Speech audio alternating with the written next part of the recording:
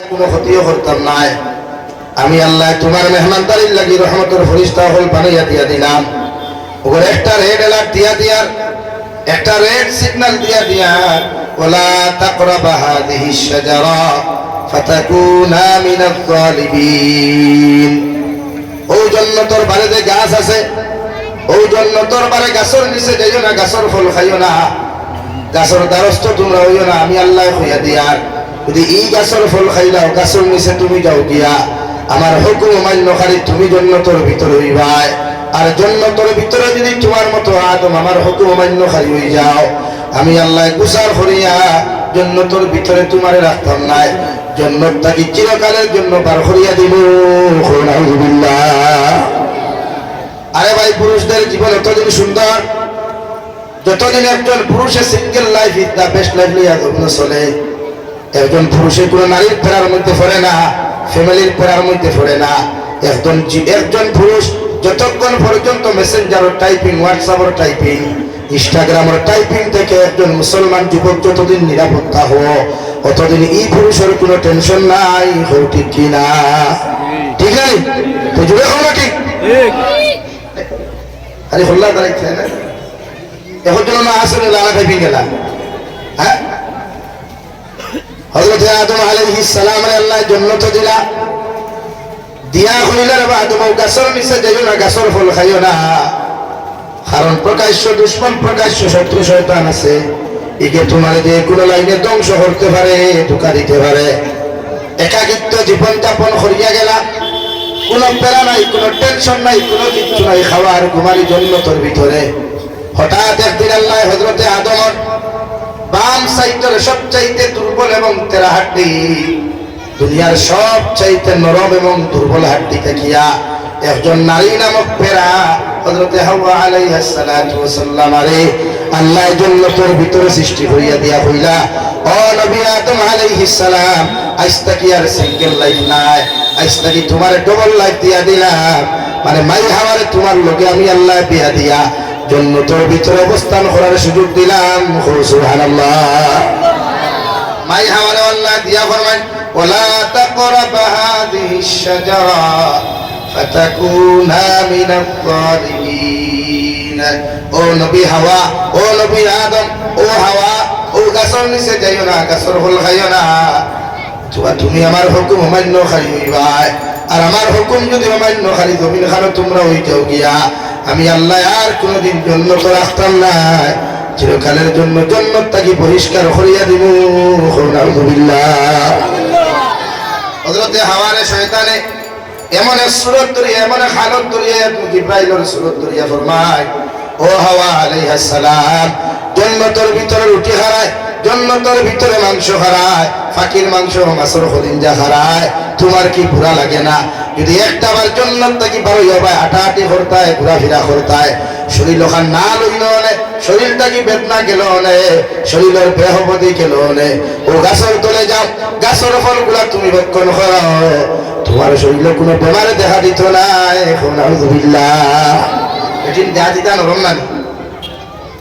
আচ্ছা, শক্ত না নরম মিঠা? মাঝে মাঝে ওলা শক্ত হয় না, ওগুলো দুঃখা দিতে চাই বলছে।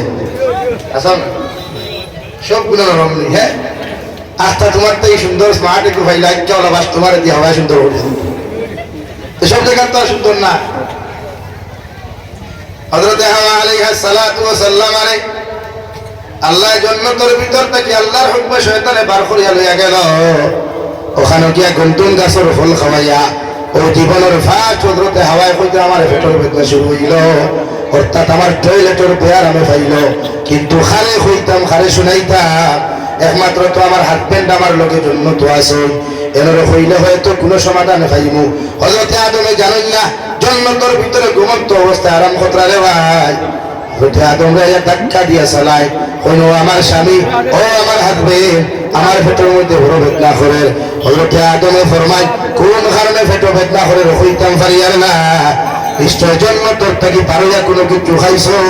আলহামদুলিল্লাহ। বড় সাল্লাল্লাহু আলা মুহাম্মদ।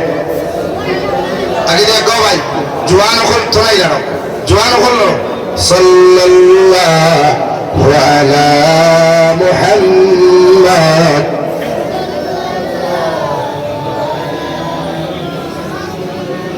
صلى الله على محمد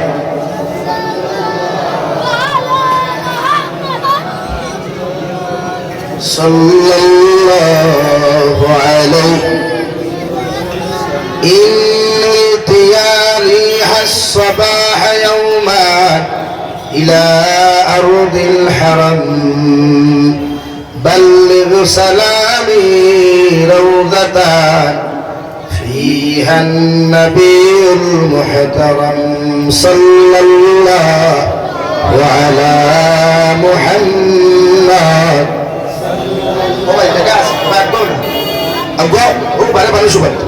صلى الله على محمد